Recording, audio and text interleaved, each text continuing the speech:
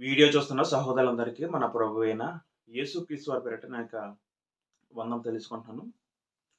దేవుని యొక్క మహాకృపను బట్టి, ప్రేమ బట్టి తిరిగి రీతిగా మనం కలుసుకుని ఉన్నాం. అందును బట్టి మన దేవునికి కృతజ్ఞతలు చెల్లించుకుందాం. ప్రియులారా, మనం దానియేలు గ్రంథం అధ్యయనం నేర్చుకుంటున్నాం. దానియేలు గ్రంథం మనం ఆల్రెడీ మొదటి అధ్యాయంలో మొదటి 2 వచనాలు మనం లాస్ట్ ఎపిసోడ్‌లో ధ్యానించాం. అంటే ఆ 2 వచనాల్లోనే మనం దానియేలు యొక్క పూర్వపు చరిత్ర ఏమై ఉంటదో మనం దాని గురించి మొత్తం మనం లాస్ట్ క్లాస్‌లో మనం నేర్చుకుని ఉన్నాం. ఎవరైతే చూడకుండా ఉంటే మీరు వీలైతే మన ఛానెల్‌లో ఆ వీడియో చూసి ప్రయత్నం చేయండి. ఎందుకంటే దానియేలు గ్రంథం మనకు సంపూర్తిగా అర్థమవ్వాలంటే దానియేలు యొక్క పూర్వ చరిత్ర మనకు అర్థం అవ్వాలి. కాబట్టి నేను ఆ వీడియో చేయడం జరిగింది. దయచేసి ఆ వీడియో చూసిన తర్వాత ఈ వీడియో చూస్తేనే మనకి ఇంకా బాగా క్లారిటీగా అర్థమవుద్ది. కాబట్టి కొత్తగా ఎవరైతే ఈ వీడియో చూస్తున్నారో దయచేసి మీకు అవకాశం ఉంటే ముందు వీడియో మీరు చూసే ప్రయత్నం చేయండి. మనం ఈరోజు దానియేలు గ్రంథము మొదటి అధ్యాయం మొత్తం నేర్చుకునే ప్రయత్నం చేద్దాం ప్రభు చిత్తం బట్టి. ముందుగా మనం ప్రార్థన చేసుకుని మనం వాక్యం ఆరంభించుకుందాం. మహోన్నతుడు, సర్వశక్తిమంతుడైన ప్రియ పరలోకపు తండ్రి నాయన, ఈ శ్రేష్టమైన ఘనమైన నామములకు వేలాది వందనాలు, కోట్లాది స్తుతులు చెల్లును గాక తండ్రి.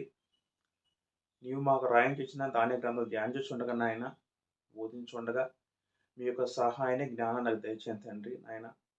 మీ యొక్క వాక్యాన్ని ఉన్నట్టుగా సత్యానుసారంగా వివరించి చెప్పడం నాకు సహాయం దయచేయండి తండ్రి నాయన. మేము చదువుకోబోచుండగా అనేక మర్మాలు మాకు తెలియజేసి నాయన, మీ యొక్క జ్ఞానం మాకు అందజేసి మా జీవితాలు సరిదిద్దుకొని మీకు ఇష్టానుసారంగా మలుచుకునే విధంగా మమ్మల్ని దయచేయండి తండ్రి నాయన. అనేక గ్రంథ సత్యాలు మర్మాలు ఎన్నో దాగి ఉన్న తండ్రి మీరు రాసిచ్చిన దానియేలు గ్రంథంలో అవన్నీ మేము తెలుసుకున్నాం నాయన.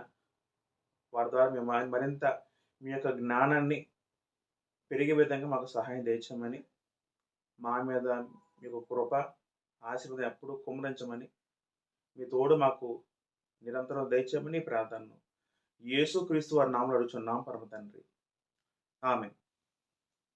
ప్రియులారా, మనం పాఠంలోకి వెళ్ళిపోదాం. దానియేలు గ్రంథము మొదటి అధ్యాయం చూస్తున్నప్పుడు మొదటి అధ్యాయంలో మనం ఇప్పుడు మొదటి అధ్యాయం మొత్తం ధ్యానించుకుందామండి. ఆల్రెడీ మనం దానియేలు గ్రంథం మొదటి 2 వచనాలు మనం ఆలోచించాం.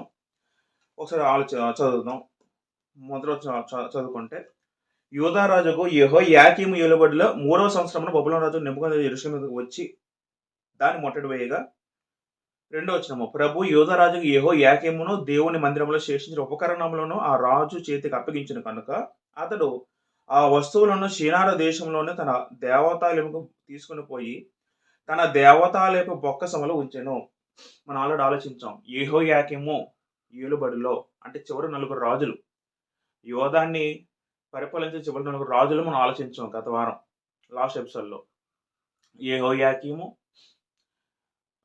అంటే యెహోయాహాజు నుండి వస్తే యెహోయాహాజు, తర్వాత యెహోయాకీము, తర్వాత యెహోయాకీను, దాని తర్వాత ఏమో సిద్కియా. వాళ్ళకి చరిత్ర ఏంటో, వాళ్ళ నలుగురు కూడా చెడ్డ రాజులుగా బ్రతికారు.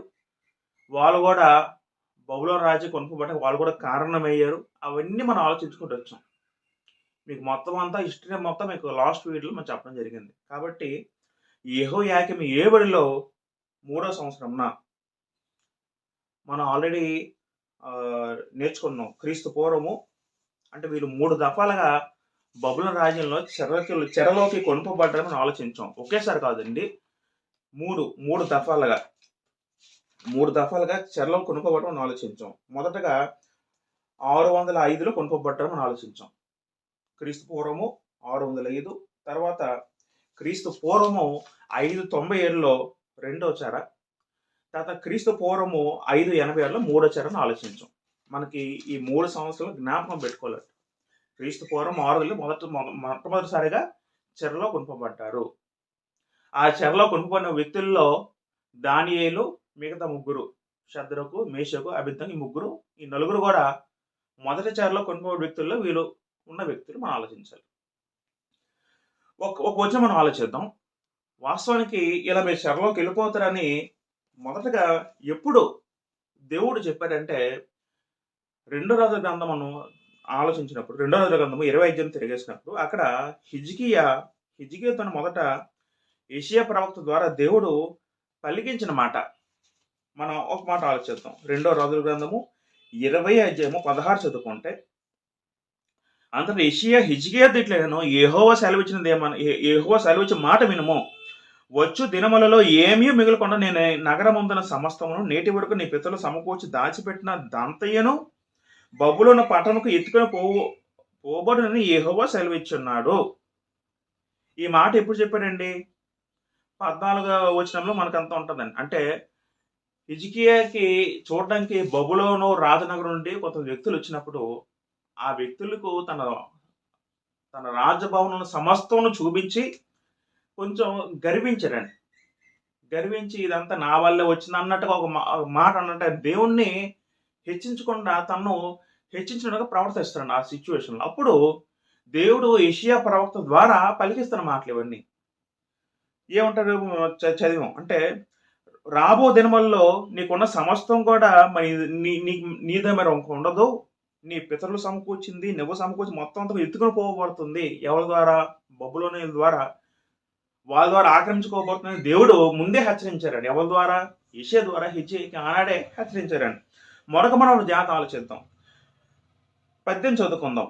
మరియు నీ గర్భమందు పుట్టిన నీ పుత్ర సంతతిను బబులోను రాజు నగరం ముందు నపుంసకులుగా చేయుటకు వారిని తీసుకుని పోగుతురు అని పదం ఉందండి.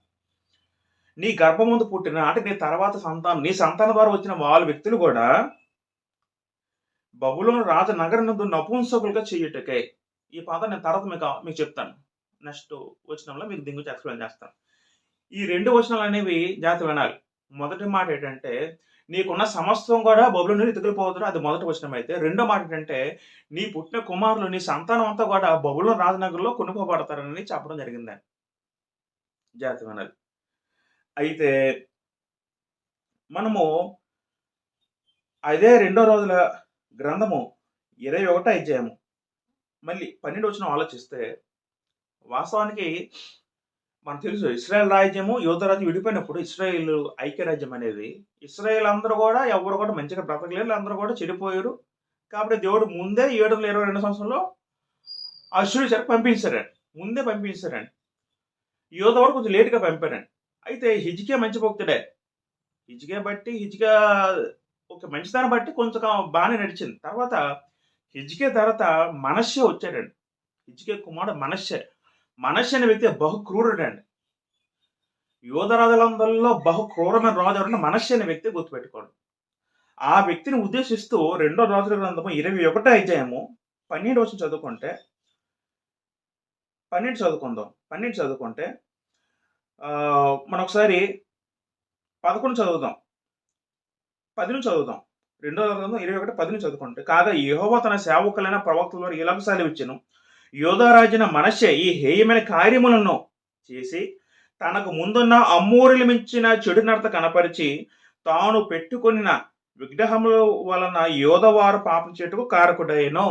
మనష్షే కూడా హేయ విగ్రహం పెట్టుకుని యోధవారందరి పాపం చేయడానికి కారణం వేయడానికి గ్రంథం చెప్తుంది. అంతేకాకుండా 12 చదువుకుంటే, కావున ఇశ్రాయేలు దేవుడిని యెహోవా సెలవిచ్చింది ఏమనగా, వినువాని 2 చెవులు గింగురుమన్నంత కీడు యెరూషలేము మీదకి యోధవారి మీదకి రప్పించుచు.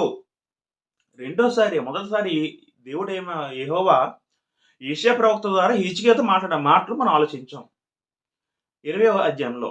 మళ్ళీ అదే విధంగా దేవుడు 21 అధ్యాయంలో ఆయన దేవుడు సెలవిచ్చిన మాట ఏంటంటే, వినువాని 2 చెవులు గింగురుమన్నంత కీడు. అంటే మనకి ఒక షాక్ కలిగించే ఒక భయంకరమైన కీడు మీకు రప్పిస్తున్నాను. అంటే మీరు ఇప్పుడు వినండి, మీ చెవుల ద్వారా చూడండి, అకస్మాత్తు మన హఠాత్ మనం విన్నప్పుడు ఏ విధంగా మనం ఎక్స్ప్రెస్ చేస్తాం ఫీలింగ్, అటువంటి భయానక సిచ్యువేషన్ మీరు ఫేస్ చేస్తారు, కీడు రప్పిస్తాను అంటారు. ఎవరు? యెహోవా దేవుడు. 13 ఆలోచిస్తే, నేను షోమ్రోను కొలిచిన నూలును ఆహాబు కుటుంబీకులు సచి మట్టపు గుండును యెరూషలేము మీదకి సాగలాగుదుము. ఒకడు పల్లెము తుడిచినప్పుడు దాన్ని బొర్లించి తుడిచినట్లు నేను యెరూషలేము తుడిచివేసెదను. ఒక పల్లెము చూడండి తుడిచినప్పుడు దాన్ని బోలి తుడిచినట్లు అంటే మొత్తం యెరూషలేము మొత్తం తుడిచివేస్తారు అంటారండి. మరి ఇంకే మిగలు దర్శనంలో మనకి మిగలదని చెప్పడం జరుగుతుందండి. 14 మరి నా శాస్త్రంలో శేషించమని త్రోవ వేసి వారి శత్రువుల చేతికి వారిని అప్పగించేతను. వారిని అప్పగించేదను. అప్పగిస్తుంది దేవుడు. జాగ్రత్తగా వినాలి. అప్పగిస్తుంది దేవుడు. 15 వారు ఇక్కడ ఇశ్రాయేలు యొక్క ప్రవర్తన గురించి స్వయంగా దేవాది దేవుడు అంటున్న మాటలు ఆలోచిద్దాం. వారు తమ పితరులు ఐగుప్తు దేశం నుండి వచ్చిన నాటి నుండి నేటి వరకు నా దృష్టికి కీడు చేసి నాకు కోపం పుట్టించున్నారు గనుక వారు తమ శత్రువులందరి చేత దోచబడి నష్టము నొందుదురు. దేవుడు ఎప్పుడు నుంచి చెప్తున్నారంటే ఇప్పుడు మాత్రం కాదండి. ఇప్పుడు మాత్రమే ఆ కాలంలో మాత్రం వాళ్ళు పాపం చేయట్లేదు చెప్పట్లేదు. కానీ దేవుడు ఐగుప్తు నుండి మోసే తీసినప్పటి నుంచి కూడా అరణ్యం నుండి వాళ్ళు తిరుగుబడి స్టార్ట్ అయిందండి. అప్పటి నుంచి కూడా వాళ్ళు దేవునికి కోపం పుట్టిస్తూనే ఉన్నారండి. అప్పటి నుంచి మనషే, హిజ్కియా అంటే యూదారాజు ఉన్నందరూ కూడా అలా కోపం దేవుడికి పుట్టిస్తూ ఉన్నారండి. అది ఏదో మధ్యలో ఈ మధ్య వచ్చింది కాదండి. చూడండి, ఇంకా మనం ఆలోచిస్తే నా దృష్టికి కీడు చేసి నా కోపం పుట్టించున్నారు కనుక వారు తమ శత్రువులందరి చేత దోచబడి నష్టము నొందుదురు. ఇశ్రాయేలీయులు ఐగుప్తు 4 సంవత్సరాలు వచ్చినప్పుడు అందరూ కూడా దేవునికి అవిధేయులుగా బ్రతికారు. వారు దేవునికి కోపం పుట్టించిన వాళ్ళందరూ నాశనం అయిపోయారు. యెహోషువ, కాలేబు తప్ప మొత్తం మొదటి తరం ఇశ్రాయేలు అందరూ నాశనం అయిపోయారు. వాళ్ళ పిల్లలందరూ కూడా మళ్ళీ వాళ్ళ పిల్లలు మాత్రం కనానులో ప్రవేశపెట్టారు. తర్వాత మరి కనాలు వచ్చిన తర్వాత బాగా ఉన్నారు అనుకుంటే యెహోషువ నాయకత్వంలో బాగానే ఉన్నారు. తర్వాత యెహోషువ తర్వాత న్యాయాధిపతులు వచ్చారు. మళ్ళీ వీళ్ళు విగ్రహాలను వెళ్ళిపోవడం, మళ్ళీ ఫిలిస్తీన్లు చుట్టుపక్కల ఉన్న శత్రులు జాతులందరూ వీళ్ళతో యుద్ధాలు, మళ్ళీ వీళ్ళందరూ దేవుడు మొరపెట్టడం, మళ్ళీ దేవుడు విడిపించడం, మళ్ళీ ఎవరన్నా న్యాయపతి పంపడం, అలాగా ఒక రొటేషన్ జరుగుతూ ఉండేదాన్ని. ఒక సర్కిల్ లాగా పాపం చేయడం, దేవుడు అప్పగించడం, మళ్ళీ ప్రార్థన చేయడం, న్యాయాధిపతి రావడం, అలా రొటేషన్ జరుగుతూ ఉంటే అప్పుడు మాత్రం కాదు. మళ్ళీ తర్వాత సౌదరికి వచ్చినప్పుడు దావీదు కాలంలో కొంచెం బాగానే ఉన్నారండి ఇశ్రాయేల్ జనాంగం. దావీదు తర్వాత సొలొమోను కొంతకాలం పర్లేదు, కానీ సొలొమోను తర్వాత కూడా పూర్తిగా నాశనం అయిపోయింది. అంటే వీళ్ళందరూ కూడా ఇశ్రాయేల్ మనస్తత్వం కూడా అది అస్థిరమైన మనసు అనేది దేవుడే ఆశ్రమిస్తున్నాడు. ఇప్పుడు మాత్రం కాదు, కానీ ఫస్ట్ నుంచి కూడా ఆది నుంచి కూడా వాళ్ళ ప్రవర్తన బాగలేదు. విగ్రహాలకు వెళ్ళిపోవడం, చెడు మార్గం నడవడం, దేవుని ఆజ్ఞను విడిచిపెట్టడం అన్ని కూడా వాళ్ళు బాల్య నుండి వాడుకగా చేసుకున్నారని ఒక సందర్భం చదువుకున్నాం గత ఎపిసోడ్లో. ఇరిమియా గ్రంథంలో యాజ్ఞని కొన్ని గురించి అంటున్న మాట దేవుడు, నీ బాల్య నుండి వాడుక చేసుకున్నావు అంటాడు దేవుడు స్వయంగా. కాబట్టి ఇవన్నీ కారణాలండి. ఇక మరొక కారణం చెప్తున్నా దేవుడు. 16 చదువుకుంటే, మరియు మనష్షే యెహోవా దృష్టికి చెడు నడత నడిచి యోదావాన్ని పాపములు దింపినది కాగా యెరూషలేమును ఈ కొన నుండి ఈ కొన వరకు రక్తముతో నిండినట్లు నిరపరాధ రక్తం బహుగా ఒలికించును అని పదం ఉంటుందండి.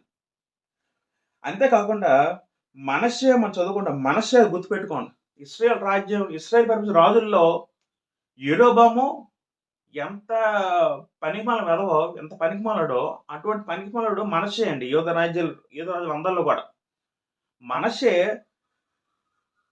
చెడు నడత నడవడం మాత్రమే కాకుండా యూదా వారిని పాపలు దింపేది మాత్రమే కాకుండా ఈ కొన నుండి ఆ కొన వరకు రక్తముతో నిండిన నిరపరాధ రక్తం బహుగా ఉల్లంఘించిన పదం మనష్షేకు వాయబడిందండి. మనష్షే క్రూడ్గా ప్రవర్తించడండి. ఎంతమంది చంపాడండి నిరపరాధులను. అస్సలు అది దేవుడు అస్సలు తట్టుకోలేదండి. అది దేవుడు అస్సలే మరి ఇంకా కనికరించలేనిది. అందుకే తర్వాత అంటే ఇవన్నీ కారణాలండి. దేవుడు ఎందుకు బబులోనికి అప్పచెప్పాడంటే ఇవన్నీ కారణాలండి. బబులోను వారితో వారు ఆక్రమించుకోలేదండి యోధా రాజ్యాన్ని. దేవుడు అప్పగించాడు కాబట్టి వాళ్ళు ఆక్రమించుకున్నారండి. దేవుడు పర్మిషన్ ఉండాలి, దేవుడు అనుమతి ఉండాలి. దేవుడు అనుమతి లేక ఎవరు చేయడం లేదండి. యెరూషలేము అంటే సామాన్య విషయం కాదండి. యెరూషలేము అంటే దేవుని మందిరం ఉన్న ప్రదేశం.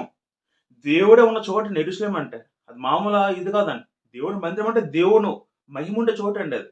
అది ఒకరు ముట్టాలంటే వాడికి ఎన్నో గట్స్ ఉండాలి. ముట్టడానికి అర్హత లేదండి అసలు. దేవుడు అప్పగించాడు కాబట్టి వాళ్ళందరూ కూడా ముట్టే హక్కు వాళ్ళకి కలిగిందండి, దేవుడు అప్పగిస్తేనే. కాబట్టి ఇవన్నీ కారణాలు. ఎందుకు అప్పచెప్పాడంటే బబులోను వాళ్ళకి ఇశ్రాయేల్ యొక్క పాపం క్రియలు, వాళ్ళ యొక్క పాపం కార్యాలు, వాళ్ళ యొక్క క్రియలు నచ్చక దేవుడు వీళ్ళందరూ కూడా అప్పచెప్పే విషయం మనకు అర్థం అవ్వాలి. రైట్, ఇక్కడతో చాలు. అనేక విషయాలు ఉన్నాయండి. బబులోను కుంకు పారుతారు, బబులోను మీకు వాళ్ళ చేత మీరు బానిసలుగా ఉంటారని చాలా విషయాలు ఉన్నాయి. ఇర్మియా గ్రంథాలు ఉంది, రాజు గ్రంథాలు ఉంటుంది, అన్నీ ఉంటుందండి. తిరుమల గ్రంథాలు కూడా ఉంటుంది. మనం చదువుకుంటే అని చదువుకోవచ్చు, మనకు అంత అవసరం లేదు. కాబట్టి మన అవసరం ఎంత మనం ఆలోచిద్దాం. మళ్ళీ మనం దాని గ్రంథంకి వెళ్ళిపోదాం. దాని గ్రంథం మొదటి వెళ్ళినప్పుడు మనం ఒకసారి అక్కడ ఆ పాదం మీరు గుర్తుపెట్టుకోండి.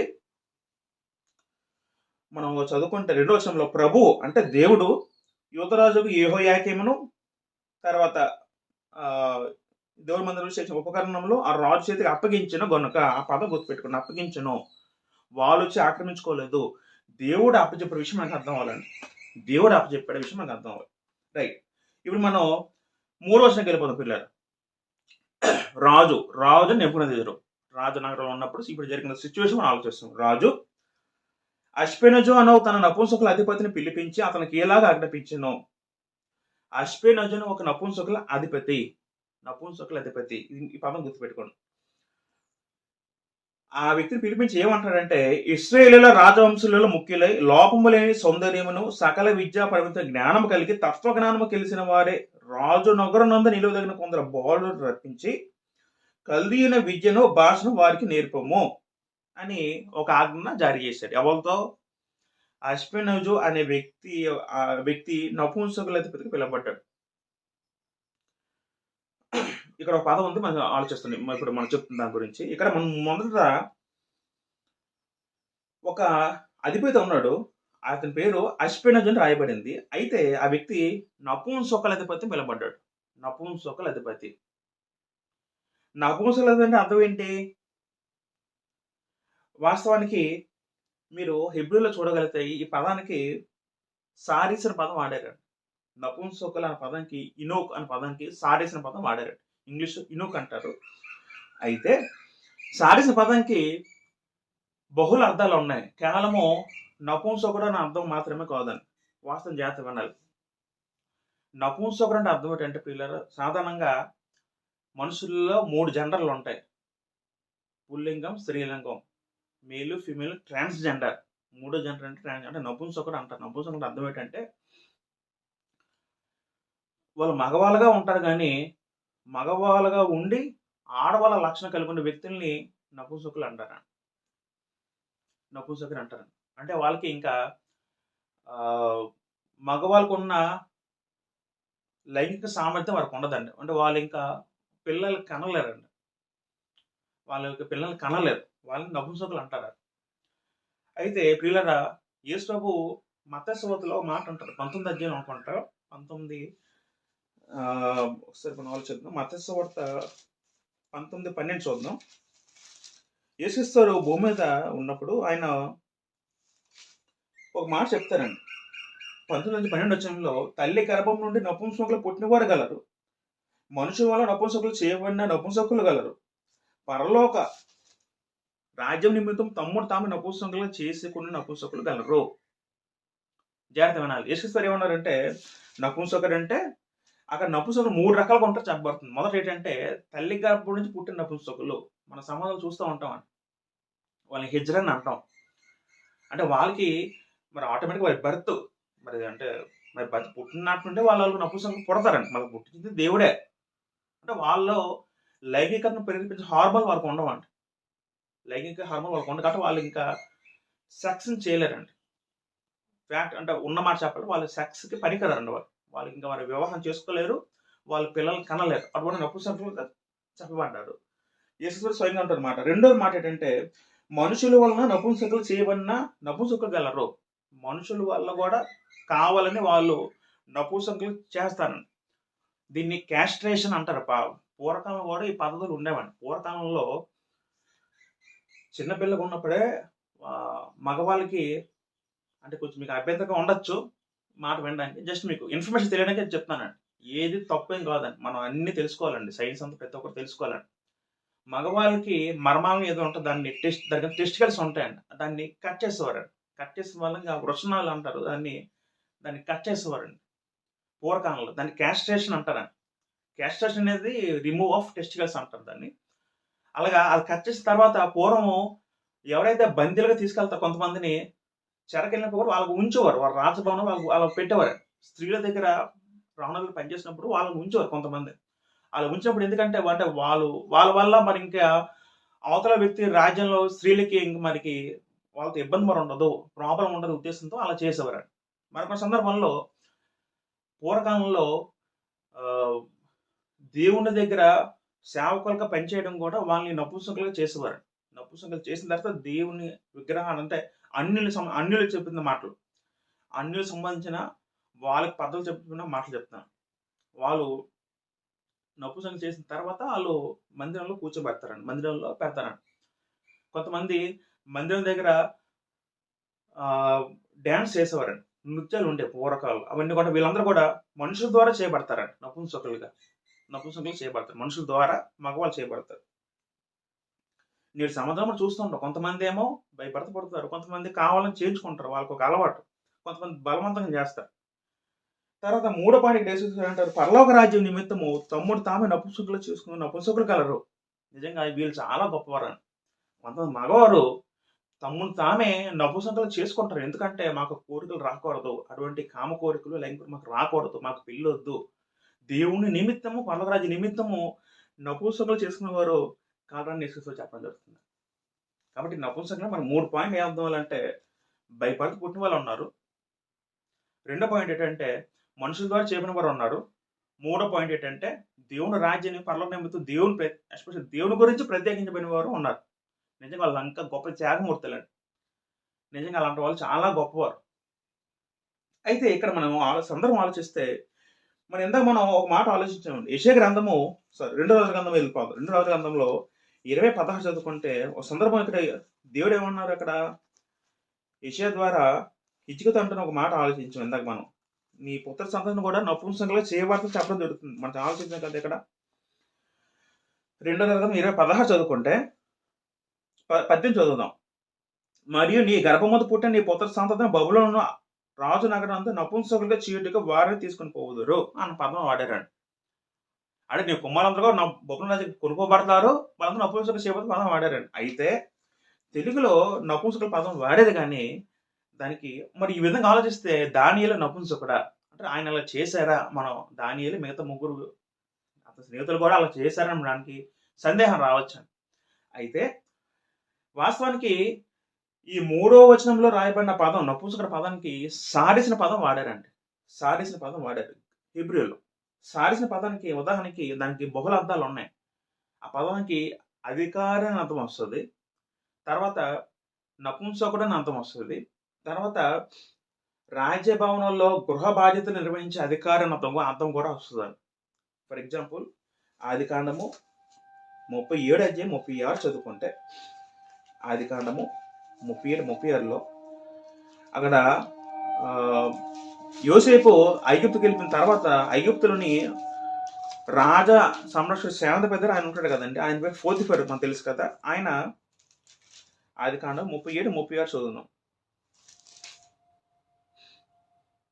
మిద్యానీయులు ఐగుప్తునికి అతను తీసుకుపోయి ఫరో యొక్క ఉద్యోగస్తులను రాజ సంరక్షణ సేనాధిపతి పోతిఫరు అతనికి అమ్మి వేసిన పదం ఉంటుందండి. అక్కడ జాగ్రత్త గమనిస్తే పోతిఫరు అనే పదం ఉంటుంది, ఆయన పేరు. ఆయన ఫరో యొక్క ఉద్యోగస్తుడు అని పదం ఉంటుంది. ఫరో యొక్క ఉద్యోగస్తుల పదంకి అక్కడ కూడా ఈ పదం వాడారండి. ఉద్యోగస్తుడు అనే పదం కూడా సారిసిన పదం వాడారు. ఇదే కాదు, మరొక అధ్యాయులు కూడా అధికారుల పదంకి ఇదే పదం వాడారండి. మరొక మాట చదువుకుంటే యెషయా గ్రంథము 39:7 చదువుకుంటే, యెషయా గ్రంథము 39:7 చదువుకుంటే అక్కడ కూడా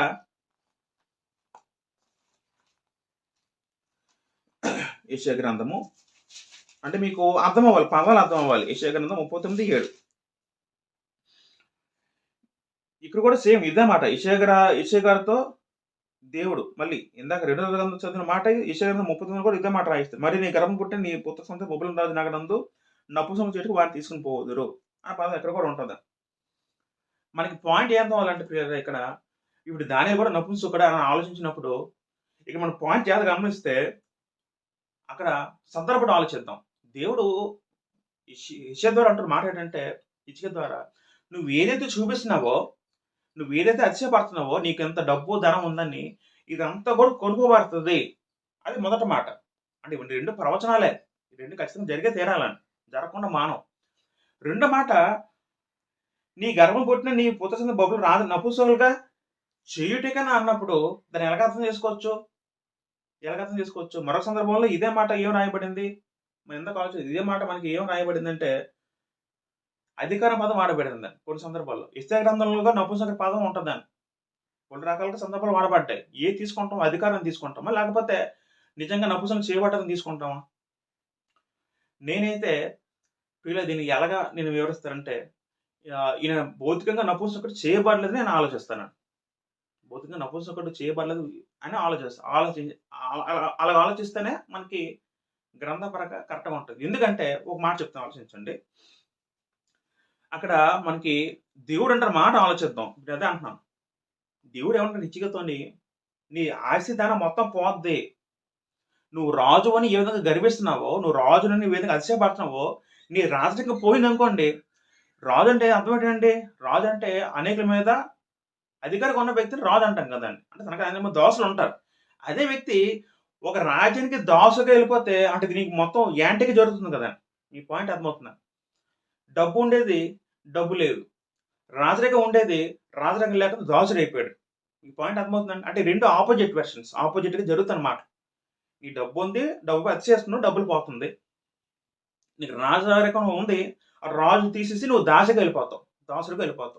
అంటే అక్కడ అధికారిగా వెళ్ళిపోతావు పదం అంటే మనం ఎలాగ నపుంసకుడు భౌతికంగా నపుంసకుడు అలా అర్థం చేసుకోకుండా మనం అవి అక్కడ వాళ్ళ కింద పంచడానికి వెళ్తున్నాం అలా అర్థం చేసుకుంటే బెటర్ అని. మరి దీన్ని సమర్థించడానికి ఇక్కడ కూడా మరొక మాట రాయబడింది. మన దాని గ్రంథం చదువుకుంటే దాని గ్రంథం మొదటి అధ్యాయంలో కూడా ఒక మాట మనం ఏం చదువుకుంటాం అక్కడ 4వ వచనంలో ఇశ్రాయేలు రాజవంశంలో ముఖ్యులే అంటే వీళ్ళందరూ రాజవంశంలో వ్యక్తులే. దానియేలు మిగతా నలుగురు. లోపము లేని పదం ఉంటుందండి అక్కడ. లోపము లేని అంటే వాళ్ళకి ఏ లోపం లేదంట. సౌందర్యమునో అందంగా ఉన్నవారు, లోపం లేనివారు, సకల విద్యా ప్రవృత్తి జ్ఞానం కలిగి మంచి జ్ఞానం కలిగిన వారు. అంటే ఎవరైతే కొనుక్కోబడ్డారో బబులోను సామ్రాజ్యం దగ్గరికి ఇశ్రాయేల్ అందరిలో కూడా అయితే పిల్లలు మనం ఆలోచిస్తే లోపము లేని సౌందర్యమును సకల విద్యా ప్రవృత్తి జ్ఞానం కలిగి తత్వజ్ఞానం తెలిసిన వారే రాజనగరంలో కొందరు నిలువుదగిన కొందరు బాలులను రప్పించి రాజనగరం నందు నిలువదగిన ఎవరైతే ఉండగలరో ఎవరైతే అర్హత ఉందో రాజనగరంలో వారిని పిలిపించి అంటే మన పదం గమనిస్తే లోపము లేని వారా అంటే వాళ్ళు మంచి ఆరోగ్యవంతులు అని అర్థం చేసుకోవాలండి. ఆరోగ్యవంతులు. తర్వాత దాని గ్రంథంలో మిగతా భాగం ఎక్కడ కూడా ఆయన నపుంసకుడు చేయబడ్డ పదం ఎక్కడ ఉండదండి. ఆయన భౌతిక నపుంసకం చేయబడితే ఎక్కడ కూడా పదం ఎక్కడ కనబడదు మిగతా అధ్యాయాల్లో. అయితే మరి ఆయనకి భార్య పిల్లలు కూడా కనబడరు కదా, నిజంగా ఆయన నపుంసకం చేయబడ్డారేమో అనుకోవచ్చు. కానీ దాన్ని సమర్థించే వచనాలు ఎక్కడ లేవండి. ఆయన భార్య పిల్లలు లేరు కరెక్టే, అంటే ఎక్కడ గ్రంథం చెప్పలేదు. అలాగని ఈయన నపుంసకుడు చేయబడమని చెప్పలేదు. కాబట్టి మనం నపుంసకం అనుకోకపోవడం బెటర్ అని నా అభిప్రాయం అండి. వ్యక్తిగతంగా నా అభిప్రాయం అండి. అక్కడ నపుంసకులు చేయబడుతున్నాం అంటే వాళ్ళ చేయబోతున్న పదం అంటే పదం తెలుగులో అనువదించారు కానీ మూల భాషలోకి వెళ్తే అది మనం చెప్పిన సాలిస పదం. అది అధికారం అవ్వచ్చు, లేకపోతే అక్కడ అంటే వాళ్ళకి దోసలుగా అర్థం పరిచారుగా అర్థం కూడా వస్తుంది. అలా కూడా అనుకోవచ్చు అండి. కాబట్టి రైట్. కాబట్టి అయితే రాజు ఏమంటారంటే అశ్వజ రాజు తన నపుంసకుడు పిలిపించి ఇలా చెప్తాడండి. ఇశ్రాయేలు రాజవంశంలో ముఖ్యులై లోపం లేని సౌందర్యం గలవారు అందరినీ కూడా రాజనగరం నిలువదగిన కొందరు బాలులను రప్పించి అక్కడ పదం వాడారండి. బాలురు గమనించాలి. వీరందరూ చెరకు వెళ్ళినప్పుడు అందరూ బాలురు అండి. బాలురు అంటే ఆయనకి ఇంచుమించు దాని ఏజ్ 15 to 17 టీనేజ్లో ఉన్నారు. 15 నుంచి 17 సంవత్సరాల మధ్యన ఉన్న వ్యక్తిని అర్థం చేసుకోవచ్చు. బాలును రప్పించి కల్దీల విద్యను భాషను వారికి నేర్పము. మనం ఆలోచించాం కల్దీన భాష ఆ కాలం సిరియా భాషని లేదా అరామిక్ భాష మనం ఆలోచించాం. ఆ భాష నేర్పమని రాజు ఏమో అధిపతికి ఆజ్ఞిస్తారండి. ఇప్పుడు మనం 5వ వచనంకి వెళ్ళిపోదాం. మరియు రాజు తాను భుజించే ఆహారం నుండి తాను పానం చే ద్రాక్షరసంలో నుండి అనుదిన భాగం వారు నియమించి 3 సంవత్సరములు వారిని పోషించి పిమ్మట వారిని తన ఎదురు నిలబెట్టని ఆజ్ఞించను. అయితే రాజు ఏమని ఆజ్ఞించాడంటే ఆ అధిపతికి 3 సంవత్సరములు వారిని పోషించాలి. రాజు తాను భుజించే ఆహారాల నుండి తాను పానం చే ద్రాక్షరసం నుండి అనుదిన వారికి భాగం వారికి నియమించి అంటే పూర్వకాలంలో రాజు నుంచి ఆహారం నుంచి రాజు ఆహారం నుంచి ఇవ్వబడ్డంటే దాన్ని రాజు అనుగ్రహానికి సూచికని మనం ఆ కాలంలో వాడబడేదాన్ని. అంటే దేవుడు కూడా ఇదే పదప్రయోగం చేస్తారండి. ఉదాహరణకి యెషయా గ్రంథము యెషయా గ్రంథము 25:6 చదువుకుంటే, ఈ పర్వతం మీద సన్నిధి యెహోవా సమస్త జనముల నిమిత్తం కొవ్వుని మడత విందు చేయను, మట్టి మీద ఉన్న ద్రాక్షను విందు చేయను, మూలుగల కొవ్వున్న వాటితో విందు చేయను, మట్టి మీద జనముల ద్రాక్షను విందు చేయను. అంటే ఇవన్నీ కూడా అంటే దేవుడు కూడా తన విశ్వాసం ఉద్దేశించి అందరు కలిసి భోజనం చేయడం, అందరితో కలిసి సావాసం చేయడం. అంటే భోజనం అంటే సావాసం అర్థం చేసుకోవడం. అంటే ఇక్కడ కూడా ఈ సందర్భంలో దాని గ్రంథంలో రాజు గురించి ఆహారం నుండి ఇవ్వడం అంటే రాజు అనుగ్రహాన్ని సూచకని మారబడింది. తర్వాత అయితే 3 సంవత్సరాలు వాళ్ళని పోషించి తర్వాత వాళ్ళని నిలబెట్టమని ఈయన ఆజ్ఞాపించారు. 6 చదువుకుంటే, యూదుల నుండి దానియేలు, హననియా, మిషాయేలు, అజరి అనువారు వీరిలో నుండిరి.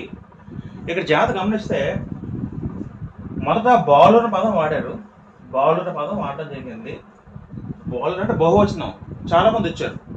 రాజవంశీకుల్లో చాలా మంది వచ్చారు. ఇక్కడ కూడా మనం 6 చదువుకున్నప్పుడు యూదులలో నుండి దానియేలు,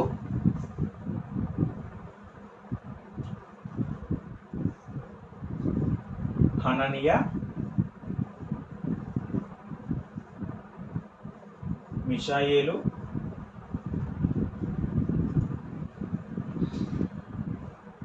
అజరియా.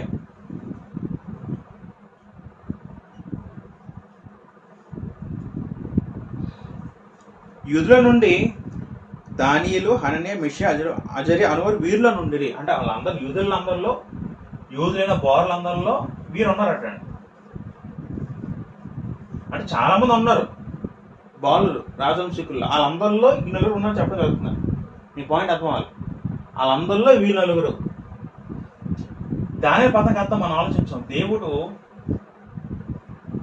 దేవుడు న్యాయాధిపతి అని ఆలోచించాం.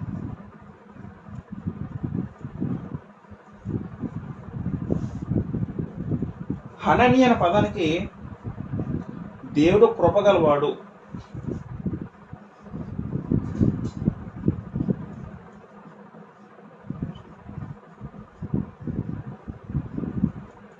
మెషాయి అనే పదంకి దేవుని వంటి వాడెవడు, అంటే దేవునికి సాటి ఎవడు. అజరి అనే పదానికి యెహోవా సహాయం చేసెను, యెహోవా సహాయం చేసెను.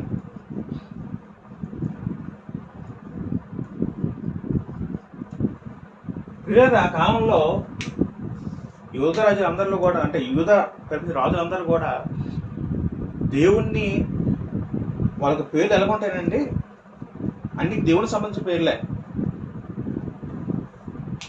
ఆ కాలంలో అన్నీ కూడా వాళ్ళ పేర్లు ఎలా ఉండేవి అంటే యెహోయాహాజు, అన్ని కూడా యెహోవాని, అంటే యెహోవాని ఆయన గొప్ప చేసి ఆయన ప్రసిద్ధి చేసి పేర్లే వాళ్ళ పేర్లుగా పెట్టుకున్నారండి ఆ కాలంలో. అన్నింటి కూడా యాహవే అనే పదం ఉంటుంది. యాహవే, యెహోవా అంటే అలాగా. ఇవన్నీ కూడా దేవునికి సంబంధించిన పేర్లు. యూద రాజ్యాన్ని యెహోవా దేవునికి సంబంధించిన పేర్లు ఇవన్నీ కూడా వాళ్ళ పేర్లు అలా పెట్టుకున్నారు. దేవుని లక్షణాలు ఉద్దేశించిన వాళ్ళ పేర్లు పెట్టుకున్నవారు. అయితే వీళ్ళకి వెళ్ళిన తర్వాత 7 చదువుకుంటే, నబూకద్నెజరు అధిపతి దానియేలుకు బెల్తషాజరు. అయితే వీళ్ళు ఏం చేశారు, మొదట పేర్లన్నీ మార్చేశారండి. పేర్లన్నీ బెల్తషాజరు అని పేరు మార్చేశారు.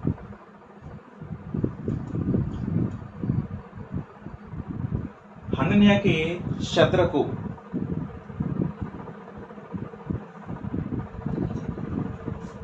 శద్రకుని పేరు మార్చారు. మిషాయేలుకి మేషాకుని పేరు మార్చారు. అజరాకి అబేద్నగో అని పేరు మార్చారు. ఇవన్నీ కూడా కల్దీయుల పేర్లు అండి. కల్దీయుల పేర్లు అంటే బబులోను రాజుల వాళ్ళ యొక్క సంబంధించిన పేర్లు. విచిత్రం ఏంటంటే ఇవన్నీ కూడా వాళ్ళ దేవుళ్ళ పేర్లు అండి. ఉదాహరణకి బెల్తషాజరు అర్థం ఏంటంటే బబులోను దేవుడైన ఒక రాజు, బబులోను ఒక దేవుడు, బెల్ నా దేవుడు అని అర్థం వస్తుంది. శద్రకు అనే పదానికి అర్థం ఏంటంటే శద్రకు చివరిన అకు అనే పదం ఉంటుంది కదా. అకు అంటే సూర్య చంద్ర దేవత అని అర్థం వస్తుంది. సూర్య చంద్ర దేవత అని అర్థం, సూర్య చంద్ర దేవతగా ఆజ్ఞ అని అర్థం వస్తుంది శద్రకు అంటే. మేషకు అంటే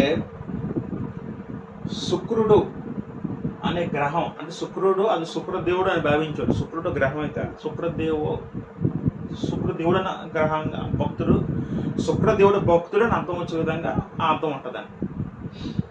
అబేద్నగో అంటే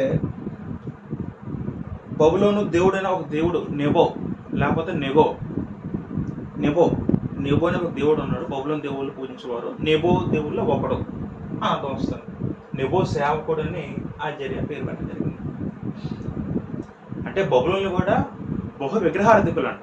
వాళ్ళు అన్నింటినీ పూజించేవారంట. వాళ్ళు పూజించినట్టు ఉండదు. సూర్యుడు, చంద్రుడు, గ్రహాలు, నక్షత్రాలు, చెట్లు, పొట్లు, సంవత్సరం వాళ్ళు పూజించేవారు. కాబట్టి బబులోనీయులు వాళ్ళ దేవతల పేర్లు, వాళ్ళ దేవుళ్ళ పేర్లు పెట్టడం జరిగింది. రైట్. అంటే వాళ్ళు ఏమర్థం వాళ్ళంటే మీ దేవుడు కంటే మా దేవుడు బలం కలిగిన వాడని, మీ దేవుడు కంటే మా దేవుడు బలప్రభావం కలిగిన వాడని వాళ్ళ దేవుడి పేర్లు వాళ్ళు పెట్టుకోవడం జరిగింది. రైట్. తర్వాత 8వ జింగిలి పదం. రాజు భోజనమును పానం చేతి రాక్షసు పుంజుకొని తనను అపవిత్ర పరచకూడదని దానిలో ఉద్దేశించి తాను అపవిత్ర కాకుండానట్లు వాటిని పుచ్చుకొనకుండా సెలవేమని నపుంసకుల అధిపతిని వేడుకొనగా. 8వ వచనం ఆలోచించగలిగారు. 8వ వచనంలో రాజు భుజించు ఆహారము ద్రాక్షసము తీసుకొని తన్ను అపవిత్ర కొనకూడదని, జాగ్రత్త వినాలి. అక్కడ ఆ పదం అండర్లైన్ చేసుకోండి. అపవిత్ర కొనకూడదని దానియేలు ఉద్దేశించి, దానియేలు ఏమనుకున్నాడంటే రాజు యొక్క భోజనము ద్వారా ఆయన యొక్క ద్రాక్షసున్నారు తమ్మును తాము అపవిత్ర పరచుకోకూడదు అన్నారు. ఎందుకు అపవిత్రపడతారు? వాళ్ళకు ధర్మశాస్త్రం ఉంది కదా యూదులకి. ధర్మశాస్త్ర ప్రకారం దేవుడు ఏం రాసిచ్చాడు? ప్రతిదీ తినమని లేదు కదా. ధర్మశాస్త్ర ప్రకారము తినదగినవి ఉన్నాయి, తినదగినవి ఉన్నాయండి. అందుకే ఆ కాలంలో బబులోనీయులట వాళ్ళు పంది మాంసం తినేవారు. ఆడపందిని తినేవారు. రెండవది గుర్ర మాంసం తినేవారు. గుర్ర మాంసం, పంది మాంసం అయితే అది విరుద్ధం ధర్మశాస్త్ర ప్రకారం. అంతేకాకుండా వాళ్ళు ఏది బలిచ్చి తినే ముందు, ఏది బలించినా అది ఆ కాలంలో ఆ విగ్రహం ముందు పూజ చేసి బలిపించి ఆ విధంగా భోజనం సిద్ధపరిచేవారు. ఆ నీళ్ళు సాంప్రదాయం కాబట్టి ఇవన్నీ చేయడం ద్వారా మేము అపవిత్రపరచబడుతున్నాం అని ఆ మాట తెలుసు కాబట్టి, ధర్మశాస్త్రం తెలుసు కాబట్టి దానియేలు వేడుకుంటారండి. ఎవరిని? ఆమె పుచ్చుకోం అని నపుంసకులకు వేడుకొనగా. అంటే చూసారండి, అసలు దానియేలు ఉన్నది తన ఊర్లో కాదు, తన రాజ్యంలో కాదు, అన్యుల రాజ్యంలో ఉన్నాడు, బానిసగా వెళ్ళాడు. అటువంటిది అక్కడ కూడా తన మనస్సాక్షిని చంపుకోలేదు. అమ్మో ఇది చేయకూడదు, చేస్తే ఇది తప్పుగా నేను దేవుని దృష్టిలో అపరాధులు అవుతానని తాను ఎంత తగ్గించుకున్నాడో దేవుని దృష్టికి. నిజంగా రాజు ఆహారంలో చాలా మంచి ఫుడ్ ఉంటుంది. అంటే మంచి రుచి, రాజు భోజనం అంటే మామూలు విషయం ఏంటండి. మంచి రుచికల పదార్థాలు ఎన్నో ఉండి ఉండొచ్చేమో, కానీ వాటి వల్ల నేను అపవిత్రపడతాను, అది దేవుని దృష్టికి ఎగ్నెస్ట్గా అవుతుంది, అది దేవుడు యాక్సెప్ట్ చేయడని దానియేలేమో దాన్ని రిఫ్యూజ్ చేస్తారని, వేడుకుంటారని మాకు వద్దని. ఇక్కడ పదం ఉంటుందండి, అపవిత్రపరచకూడదని దానియేలు ఉద్దేశించి పదానికి మనం నెలకు అర్థం చేసుకోవాలంటే తన హృదయంలో నిశ్చయించుకొని, అంటే ఆల్రెడీ మనసులో దృఢంగా నిశ్చయించుకున్నాడు చేయకూడదు అని. అది ఒక అతని దృఢ సంకల్పం గుర్తండి. అయితే 9వ వచనంలో దేవుడు నపుంసకుల దృష్టికి దానియేలునకు కృపా కటాక్షం అనుగ్రహించిన కనుక నపుంసకుల దానియేలు ఇట్లనను. అప్పుడు దేవుడేమో నపుంసకుల అధిపతికి దృష్టికి దానియేలుకు కృపా కటాక్షం అనుగ్రహించాను. దేవుడేమో అనుగ్రహించారండి. నిజమే. అంటే ఆ వ్యక్తి పట్ల, దాని పట్ల కృప చూపించమని కొంచెం ఆయన దేవుడు కటాక్షం చూపెట్టాడు. మనకి ఇదే సందర్భం ఆది కాండలుగా ఉంటుందండి. 39:2-4 వచనాల్లో ఇదే మాట. అక్కడ కూడా యోసేపు ఐగుప్తుకు బానిసగా వెళ్ళిపోయినప్పుడు యోసేపు పోతీఫర్ అనే అధికారి ఇంట ఉన్నప్పుడు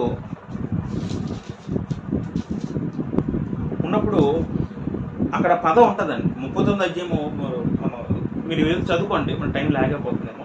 2-3-4 అధ్యాయం అక్కడ కూడా ఏముంటుందంటే దేవుడి కటాక్షము, అంటే దేవుని ఒక తోడు యోసేపు మీద ఉంది. కాబట్టి ఆ యూసఫ్ ఉండడం ఆ కటాక్షను అంటే దేవుడు తన కటాక్ష చూపించాడు, తన మీద జాలి చూపించాడు పోతిఫరుతో యూసఫ్ మీదకి. అదేవిధంగా ఇక్కడ కూడా అదేవిధంగా దేవుడు జాలి చూపించే విధంగా చేశారు. 10 మీకు అన్నపానంలో నియమించిన రాజుకు నా యజమానికి నేను భయపడుచున్నాను. మీ 7 బాలుర ముఖముల కంటే మీ ముఖం కృషించినట్లు ఆయనకు కనబడు నేల. అట్లయితే మీరు రాజు నా ప్రాణం కలిగించేస్తారు. మరి ఈ వ్యక్తి అధిపతి ఏమంటున్నాడు? మీరేలాగా మీరు మీ దేవుడు భయపడుతున్నారు, నేను నా రాజుకు భయపడుతున్నాను అంటూ, మరి మీరు తినకూడదు ఉంటే మీ మొహం కృషించిపోతాయి. మీరు ఇటువంటి బలమైన ఫుడ్ తినకపోతే మీకు బలం ఉండదు, మీ మొహాలు నీరసం కనబడతాయి. ఈ విషయం రాజు తెలిసి మటుకు నాకు గొప్ప శిక్ష పడుతుంది. ఎందుకంటే వీరికి పెట్టకుండా నువ్వే తింటున్నావేమని రాజు అనుమానించి నన్ను చంపినా నాకు చంపుతాడేమో అన్నప్పుడు నపుంసకుల అధిపతి 10వ వచనము, దానియేలు, హననీయ, మిషాయేలు, అజర్య నియమించిన నియామకంతో దానియేలు ఇచ్చినప్పుడు దానియేలు ఈ విధంగా అంటున్నాడు. ఏమంటాడంటే, భోజనమునకు సాకధాన్యమును పానమునకు నీళ్లను మీ దోషను మాకు ఇప్పించి దయచేసి 10 దినముల వరకు మమ్మల్ని పరీక్షింపము. దానిలో ఏమంటాడు? దయచేసి భోజనంకు మాకు సాకధాన్యాలు అంటే వెజిటేరియన్ మాకు పెట్టండి, నాన్ వెజ్ మాకు వద్దు, మీరు పరీక్షించండి. కాకపోతే మాకు నా వెజిటేరియన్ నీళ్ళు ఇచ్చి పరీక్షించండి. 10 రోజుల తర్వాత మా మొహాలు చూడండి, అప్పుడు మీకు తేడా తెలుస్తుంది. పరీక్ష అన్నప్పుడు 13 వచనంలో, పిమ్మట మా ముఖమును రాజు ఏమించే భోజనము పూజించే బాలుల ముఖమును చూచి నీకు తోచినట్టుగా నీకు దాసులమైన మా ఎడల జరిగింపము. ఇక జాగ్రత్త గమనిస్తే 11వ వచనంలో పిమ్మట మా ముఖమును, ఇక్కడ మనం గమనించండి, దానియేలు, హనన్య వీళ్ళందరూ కూడా స్నేహితులు. అంటే నలుగురు కూడా స్నేహితులుగా ఉన్నారండి. దీనిలో దానియేలు ముఖ్యుడిగా కనబడుతున్నాడు. అంటే వీళ్ళందరిలోని దానియేలు వీళ్ళందరూ లీడర్గా కనబడుతున్నారు. అంటే ప్రతి సందర్భంలో దానిని మాట్లాడుతున్నాడు. వీళ్ళు ముగ్గురు కూడా వీళ్ళందరూ యాక్సెప్ట్ చేస్తున్నారు. అయితే ఇక్కడ ఒక పదం ఉంటుందండి, ఏంటంటే పిమ్మట మా ముఖములను రాజు నియమించిన భోజనం పూజించే బాలుల ముఖములలో. అంటే యోధాల్లో బాలులలో వీళ్ళు ఒక బ్యాచ్ అండి. వినాలి, యూదుల్లో ఈ నలుగురు ఒక గుంపు అండి. ఈ నలుగురు గుంపు మిగతా బాలు వేరే ఉన్నారండి, వాళ్ళు కూడా యూదులే. అయితే ఇక్కడ ఏమంటారంటే దానియేలు వాళ్ళకి మీరు రాజు భవనం పెట్టండి అని వాళ్ళు యాక్సెప్ట్ చేశారండి. మరి వాళ్ళు భయభక్తి వెళ్ళేవండి. ఈ పాయింట్ అర్థమవుతుందండి, వాళ్ళు మటు భయభక్తి, వాళ్ళ మటు ఏదైతే ఇది మాకు దొరికింది భాగ్యం కాదని వాళ్ళు తినేస్తారండి. వాళ్ళు సపరేట్గా ఉన్నారు, వీళ్ళు మటుకు ఒక సపరేట్గా ఉన్నారు. వీళ్ళు మటుకు భయభక్తి వ్యక్తులుగా కనబడుతున్నారండి. వాళ్ళు మాకు పరీక్షించండి, అప్పుడు మీకు ఏం తోస్తే మీరు చేయమని చెప్తున్నారండి. దాని 14వ వచనంలో, అందుకతడు ఈ విషయంలో వారి మాటకు సమ్మతించి 10 దినాల వరకు మనం పరీక్షించను. 10 దినాలు చూసారండి. ఈ విధంగా ఓకే చూద్దాం ఏమవుద్దని. 10 దినాలు చూసిన తర్వాత 15 దినాల తర్వాత పిమ్మట వారి ముఖములు రాజభోజనం పూజ మామూలుగా ముఖముల కంటే సౌందర్యముగాను కలగాను కనపడగా, వీళ్ళందరూ నాన్ వెజిటేరియన్ తింటున్నారు, మిగతా బాలురు వీళ్ళందరూ కూడా వెజిటేరియన్ తింటున్నారు. 10 రోజుల తర్వాత చూస్తే వీళ్ళ ముఖం కలగా ఉందట. వీళ్ళ ముఖం కలగా ఉందట, సౌందర్యంగా కలగా కనపడగా.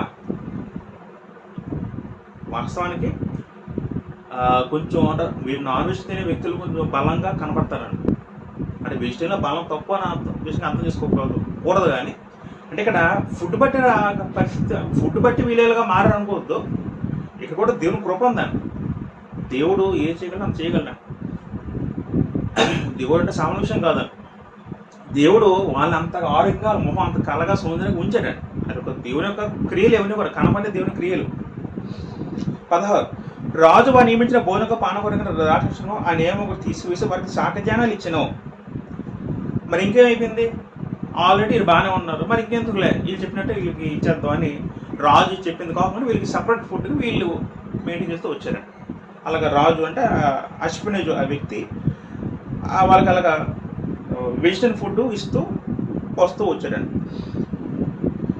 10వ వచనంలో ఈ నలుగురు బౌలర్ సంగతి ఏమనగా, ఈ నలుగురు బౌలరు దేవుడు వారికి జ్ఞానము సకల శాస్త్ర ప్రవీణతయు వివేచనయు అనుగ్రహించెను. దేవుడు అనుగ్రహించెను. దేవుడు అనుగ్రహించును. ఏమనుగ్రహించారంటే దేవుడు జ్ఞానము, తెలివి, వివేచన, సకల శాస్త్ర ప్రవీణతయు అనుగ్రహించును. సకల శాస్త్రాలు అంటే ఏం శాస్త్రాలు ఉంటాయి నా కాలంలో? ఆ 3 సంవత్సరాల ట్రైనింగ్లో ప్రతి సబ్జెక్ట్ కూడా వీళ్ళు టచ్ చేశారండి. గణిత శాస్త్రం, మ్యాథ్స్ కానీ, సైన్స్ కానీ, సోషల్ కానీ, లాస్ కానీ, వాళ్ళకున్న లాస్ కానీ, ప్రతి దాంట్లో కూడా సకల శాస్త్రాలు కూడా ప్రవీణుడు అయ్యారండి. అలా అవడం కారణము, ప్రావీణ్యత పొందడానికి కారణం ఏంటంటే దేవుడు అనుగ్రహించిన తెలివి, జ్ఞానము. అంటే జ్ఞానము, తెలివి సమస్తం కూడా దేవుడి దగ్గర నుంచి రావాలండి. సమస్తం దేవుడి దగ్గర నుంచి దేవుడు అనుగ్రహించాలండి. దేవుడు అనుగ్రహించకపోతే అవేం రావండి మన దగ్గరికి కూడా. అయితే అనుగ్రహించను. దానిలో సకల విధములకు దర్శనములను, స్వప్న భావనను గ్రహించి తెలివిగలవాడు అన్నాడు. వీళ్ళందరూ కూడా జ్ఞానము, సమస్తము, తెలివి, సకల శాస్త్ర ప్రవృత్తి 3 సాధించారు. అయితే దానిలో ఒక స్పెషాలిటీ ఏంటంటే వీళ్ళు 3 కన్నా కళలు, స్వప్నములు, దర్శనములో కళలు, దర్శనములు, స్వప్న భావములను గ్రహించు తెలివి వాడే ఉన్నాడు. గ్రహించు తెలివి అంటే ఈ నలుగురిలో వాటిని గ్రహించు తెలివి, వాటిని అర్థం చేసే తెలివి కూడా ఈయన కలిగి ఉన్నాడు. అది కూడా దేవుడు అనుగ్రహించిందే. దీన్ని బట్టి మనకేం అర్థమవుతుందంటే జాగ్రత్త వినాలి. దానియేలు అనే విషయం 3 కూడా భయభక్తి కలిగిన వ్యక్తులు. వాళ్ళు చిన్నప్పటి నుంచే 15 సంవత్సరాల నుంచి వాళ్ళకి ఆలోచన ఉన్నాయంటే బహుశా వాళ్ళు పుట్టినప్పటి నుండి వాళ్ళకి తెలివి వచ్చే జ్ఞానప్పటి నుంచి కూడా వాళ్ళకి భయభక్తి కలిగిన వ్యక్తులే. జాగ్రత్త వినాలి. వీళ్ళ మిగతా వాళ్ళు కూడా ఉన్నారు, వాళ్ళు యూజులే, వాళ్ళకి అంత జ్ఞానం లేదు, వాళ్ళు అంత భయభక్తులు కాదు. బహుశా పుట్టినప్పటి నుంచే మరి వీళ్ళు తల్లి ఉండొచ్చేమో, లేకపోతే చుట్టూ పరిస్థితులు వాళ్ళు ఉండొచ్చేమో. మరి అంతా హెచ్కే వంశస్థులే కదండి. బహుశా హెచ్కే వాళ్ళ వాళ్ళ తాత అవుతారేమో, ముత్తాత అయితే మరి ఆయన గురించి నేర్చుకుని వాళ్ళ ప్రకారం ఆ మాట నడిచారేమో. నిజంగా వీళ్ళు చిన్నప్పటి నుంచి భయభక్తి కలిగి ఉన్నారు కాబట్టి మంచి భక్తిపరులు అంటే వాళ్ళు మాట బట్టి తెలిసిపోద్దండి. భక్తిపరులు మాట బట్టి తెలిసిపోద్దండి. తమను అపవిత్ర పరచకూడదని మా పదం ఉంటుందండి. అది చిన్న విషయం కాదండి. అందులో ఉన్న సిచ్యువేషన్ వేరు, వాళ్ళ పరిస్థితులు వేరు. అపవిత్ర పరచుకోకూడదని భయభక్తులు కానీ వ్యక్తుల మాట అనగలరండి. ప్రతి ఒక్కట మాట అనలేరండి. మిగతా బాధ మాట ఎందుకు అనలేకపోయారు? వాళ్ళకి భక్తి లేదు కాబట్టి, వాళ్ళకి భయం లేదు కాబట్టి దేవుని అందులో భక్తి కలిగిన వ్యక్తులకి వాళ్ళు ఏది అనుగ్రహించాలో దేవుడు వారికి అనుగ్రహిస్తారండి. నిజంగా వాళ్ళు ఏదైతే కోరుకుంటారో దేవుడు అన్ని సమస్త అనుగ్రహిస్తారండి. రైట్. అయితే దానిలో మటుకు వీళ్ళు స్పెషల్ ఏంటంటే వీళ్ళకి 3 కన్నా ఆయనకి దర్శనంలో భావాలు చెప్పే, అర్థాలు చెప్పే ఆ తెలివి ఆయనకు ఉందండి. 10 చదువుదాం. నెబుకద్నెజరు తన సముఖమునకు వారిని తేవాలని ఆజ్ఞించి నియమించిన దేవుడు కాగానే నపుంసకుల అధిపతి రాజు సముఖాన్ని వాడిని నిలవబెట్టెను. టైం వచ్చిన తర్వాత నెబుకద్నెజరు రాజు తమ సముఖంగా వాడిని తేవాలని ఆజ్ఞించాడు. 3 సంవత్సరాలు అయిపోయింది. 3 సంవత్సరాలు శిక్షణ పొందారు. 3 కూడా మంచి జ్ఞానంలో ఎదిగారు, తెలుగులో ఎదిగారు. మొత్తం సమస్త వాళ్ళకున్న భాష కానీ వాళ్ళకున్న సకల శాస్త్రాన్నింటిలో కూడా ప్రాణాలు సాధించారు. 4 సాధించారు. అప్పటికే మొత్తం అందరూ వెల్ ట్రైనింగ్ అయ్యారండి. రాజు టైం వచ్చింది, రాజు అందరూ తీసుకొచ్చారు. 19 రాజు వారితో మాట్లాడగా వారందరిలో దానియేలు, హనన్యా, మిషాయిలు, అజర వంటి వారెవరు కనబడలేదు కనుక వారే రాజు సముఖంలో నిలిచిరి. అయితే రాజు మాట్లాడాడు. మరి రాజుకు తెలియవాడే కదా, రాజు కూడా మంచి జ్ఞానం ఉంది కదండి. రాజు మాట్లాడినప్పుడు మొత్తం వీళ్ళందరినీ మళ్ళీ నిల్చోబెట్టారు. బాలు అందరూ కలిపి రాజు నిల్చోబెట్టినప్పుడు రాజు మాట్లాడినప్పుడేమో వీళ్ళందరిలో ఈ 4 టాప్ 4లో ఉన్నారండి. ఏ క్వశ్చన్ అడిగా సరే వెంటనే చెప్పడం, ఏదైనా వెంటనే రెస్పాండ్ అవ్వడం. ప్రతి దాంట్లో కూడా వీళ్ళు మంచి ఉత్తమ ప్రతిభ కనపరుస్తున్నారు రాజు ఎదుట. ఇటువంటి వారెవరు కనబడలేదు అంటారండి ఇక్కడ. ఇంకెవరు కనబడట్లేదు. ఏ క్వశ్చన్ వీళ్ళ ముందు ఆన్సర్ చేస్తాను, ఇంకెవరు చెప్పట్లేదు. కనుక వారే రాజు సముఖంలో నిలిచిరి. ప్రతి క్వశ్చన్ వీళ్ళు మట్టుకే సమాధానం చెప్తారు. వాళ్ళ మట్టుకే ఉన్నారు, ఇంకా ఎవడో రావట్లేదండి సముఖంలో. మనకి ఇదే విధంగా ఒకసారి శాప దేశపు రాణి సొలొమోను దగ్గరికి వెళ్ళినప్పుడు ఆయన ప్రశ్నిస్తుందండి. ఒక సందర్భం చేసి ఆలోచిద్దాం. మొదటి రాజు గ్రంథం 10వ అధ్యాయంలో శాపరాణి సొలొమోను దగ్గరికి వచ్చి ఆయనకు జ్ఞాన వాక్కులు వినడానికి వచ్చినప్పుడు ఆయన జ్ఞానాన్ని పరీక్షించుకొని మాట్లాడుతుందండి. 10వ అధ్యాయము మొదటి రాజు చదువుకోండి. శాపదేశపు రాణి యెహోవా నామమును గూర్చి సొలొమోనుకు భోజనం కలిగిన కీర్తిని గూర్చి విని గూఢార్థం గల మాట్లాడుతూ శోధించుకు వచ్చెను. 3వ సంఖ్యల పదం. ఆమె వేసిన ప్రశ్నలంటికి సొలొమోను ప్రత్యుత్తరం చెప్పాను. రాజులకు మరుగైనది లేనందున ఆమె ప్రశ్న వేసిన భావం చెప్పాను. అక్కడ కూడా ఆమె క్వశ్చన్ చేయడానికి షావర్ అన్నట్టు వచ్చింది, ప్రశ్నిస్తుందని సొలొమోను వెనకాట పెట్టాలని. ప్రతి క్వశ్చన్కి మరి ఇది పొడుపు కథ కావచ్చు, ఇది ఇప్పుడు సమాధానం కావచ్చు, ఏదైనా సరే ఎంత కంటిన్యూ క్వశ్చన్ వేసిన ప్రశ్న వేసినా సరే సొలొమోను నిర్భయంగా వెంటనే సమాధానం చెప్పగల సామర్థ్యం కలిగిన వ్యక్తి సొలొమోను కనబడుతుంది. అదేవిధంగా రాజు ఏ క్వశ్చన్ వేసినా సరే, మ్యాథమెటిక్స్ క్వశ్చన్ వేసాడో చెప్పేస్తారు, సైన్స్లో క్వశ్చన్ వేసాడో చెప్పేస్తున్నారు, సోషల్లో లాస్లో ఆ రూల్ ఏంటి, ఇలా ఏంటి, వాళ్ళ సమస్య రూల్ లాస్ట్ ఏదైనా చెప్పే వాళ్ళు వెంటనే చెప్పగల సామెత కలిగి ఉన్నారు అందరూ కూడా. రాజు ఆశ్చర్యపోయి సంతోషించి తర్వాత ఆలోచిద్దాం. 20. రాజు వీరితో విధానం చేయగా జ్ఞాన వివేకాల సంబంధం ప్రతి విషయంలో కూడా వీరు తమ రాజ్యం అంతటి నుండి శకునుగా అంటారు కంటేనే, గాడి విద్య కన వారంటారు కంటేనే 10 అంతలు శ్రేష్ఠులని తెలియబడెను. రాజు కూడా ఆశ్చర్యపడిపోయాడు. వీళ్ళ దగ్గర ఏ క్వశ్చన్ వీళ్ళ జ్ఞానం చూసి రాజు ఆశ్చర్యపోయి రాజు చేయబట్టి అంటే రాజుకి అర్థమైంది ఏంటంటే వీళ్ళ రాజ్యాలు ఉన్న శకునుగాండ్రు గాడి విద్య. పూర్వం రాజుల దగ్గర మంత్రులు, అధిపతులు, అధికారులు, సేనాధిపతులు వీళ్ళతో పాటు శకునుగాండ్రు ఉండేవాడు. శకునుగాండ్రు అర్థం ఏంటంటే వాళ్ళు జ్యోతిష్కం చెప్పేవారండి. జ్యోతిషం ఇప్పుడు వచ్చింది కాదు, పూర్వకాలంలో రాజులు అందమైన వచ్చేదాన్ని జ్యోతిషం చెప్పేవారు. ఆకాశం నక్షత్రాలు బట్టి జ్యోతిషం చెప్పేవారు. ఖగోళ శాస్త్రం సంబంధించి వాళ్ళు జ్యోతిషులుగా ఇచ్చేవారు. శకునుగాండ్రు అంటారు. వాళ్ళు ఒకప్పుడు గొప్ప తెలివితేటలుగా వ్యవహరించారు. ఆ కాలంలో వాళ్ళు గొప్ప జ్ఞానవంతులుగా పేరుకొని పడ్డారు. ఇప్పుడు ఏ నక్షత్రం వస్తుంది, ఇప్పుడు సూర్యుడు అంటే మీకు తెలుసు కదా, ఖగోళ శాస్త్రం సంబంధించి ప్రతి ఒక్కరు వాళ్ళు జ్యోతిషం చెప్పేవారు. శకునుగాండ్రు అంటే పూర్వము రాజులు కూడా కొన్ని దెయ్యాలు, ఆత్మభయాలు ఉండేవాడు. వాళ్ళ భయాల పోవడం పక్కన మాంత్రికం పెట్టేవారు. అంటే గాడివారు అంటే అర్థం ఏంటంటే మంత్రాలు చేసేవాడు. మంత్రాలు ఉచ్చరించేవాడు. నిజంగా మంత్రాలు ఇట్లా లేవు, కానీ వాళ్ళు అలా మంత్రాలు ఉచ్చరించి అలాగా దెయ్యాలు వెళ్ళగొడతాం లేదా దురాత్మ వెళ్ళగొడతాం చెప్పుకునేవారు. వీరందరూ కూడా అంటే ఆ కాలంలో వీళ్ళు గొప్పగా పిలబడ్డారు, గ్రామంలో పిలబడ్డేవారు. రాజు సంస్థానంలో జ్యోతిషం చెప్పే ఈ శకునుగాండ్రు మంత్రాలు ఉచ్చరించి గాడి వాళ్ళందరూ కూడా గొప్ప జ్ఞానం పిలబడ్డారు. వీళ్ళందరినీ మించి 10 అంతల్లో శ్రేష్టంగా పిలబడ్డారు. 10 అంతలో రెట్టింపు కాదండి, 10 రెట్లు అంటాడు. 10 రెట్లు అంటే మామూలు విషయం కాదండి.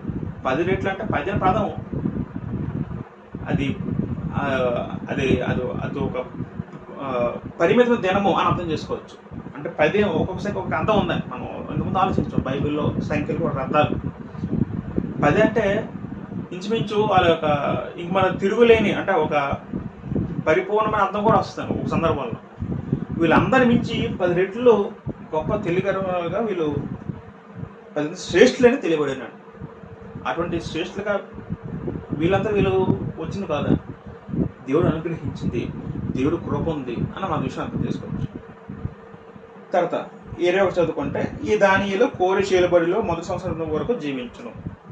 మొదట బబులోను పరిపాలించేవారు. బబులోను తర్వాత మాదీయ పారసీకులు వచ్చారు. మాదీయ పారసీకుల రాజు కోరెషు.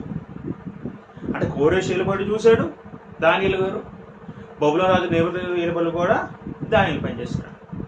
అంటే ఇక్కడ వాస్తవానికి కోరెషు ఎప్పుడంటే క్రీస్తు పూర్వం 539లో మాదీయులు పారసీకులు వచ్చి బబులోను ఆక్రమించుకున్నారు. 530 నుంచి వీళ్ళ రాజ్య పరిపాలన స్టార్ట్ అవుతుంది. అప్పుడు కూడా దానియేలు ఉన్నారు. 10వ మొదటి సంవత్సరంలో అంటే ఇక్కడ మొదటి సంవత్సరం జీవించిన పదం ఉంటుంది, కానీ 10వ మొదటి సంవత్సరంలో ఇంతకుముందు కూడా చెప్పాను దానియేలు 10:1 చదువుకుంటే అక్కడ ఏముంటుందంటే పారసీక రాజు కోరిష పరిపాలన కాలంలో 3వ సంవత్సరంలో బెల్తషాజరు దానియేలు ఒక గొప్ప ఒక సంగతి బయలుపరచబడెను. అంటే కోరిష పరిపాలన 3వ సంవత్సరంలో కూడా ఒక సంగతి బయలుపరిచిన విషయం కనబడుతుంది అక్కడ. వాస్తవానికి కోరిష పరిపాలన కూడా ఒక ఇంచుమించు 7 సంవత్సరం బ్రతికాడండి దానియేలు గారు. రైట్. ఇదంతా కూడా దానియేలు మొదటి అధ్యాయం వివరణ. ఇది మనం దానియేలు మరియు అతని స్నేహితులు అనే పదం మనం పెట్టుకోవచ్చండి. దానియేలు మరియు అతని స్నేహితులు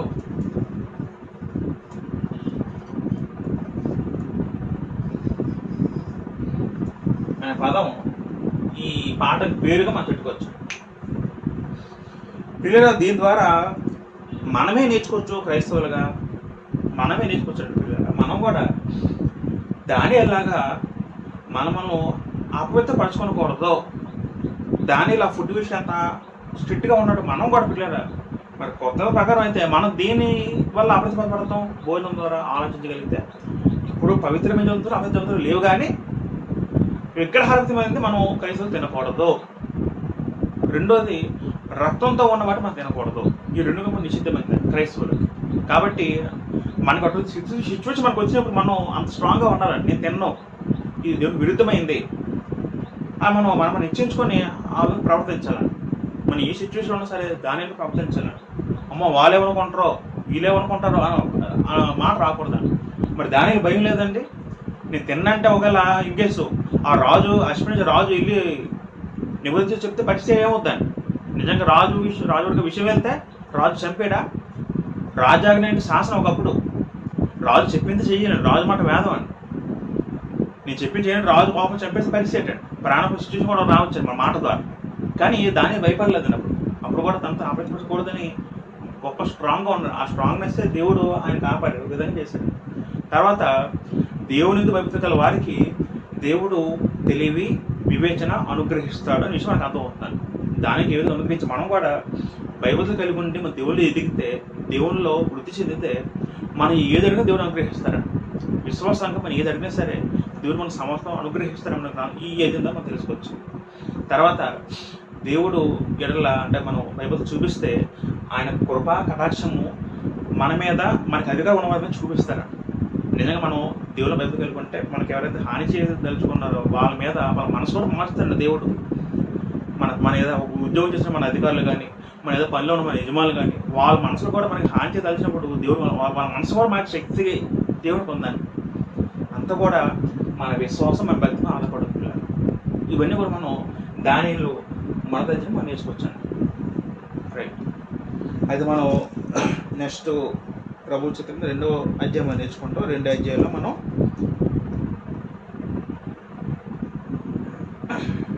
ఇలా 2వ అధ్యాయంలో మనం చాలా అంశాలు ఉంటాయి. 2వ అధ్యాయంలో చాలా ఇంపార్టెంట్. 2వ అధ్యాయంలో ఒక దర్శనం కనబడుతుంది రాజుకి. ఆ దర్శనం పెద్ద ప్రతిమ కనబడుతుంది. దాని యొక్క అర్థం ఏంటో మనం ప్రభు చిత్రం నెక్స్ట్ తెలుసుకునే ప్రయత్నం చేద్దాం. ఇంతవరకు వాక్యం శ్రద్ధగా విన్న సహోదరులుగా మరొకసారి నాకు హృదయపూర్వక వందనం తెలియజేసుకుంటూ అందరికీ వందనం తెలుసుకుంటున్నాను.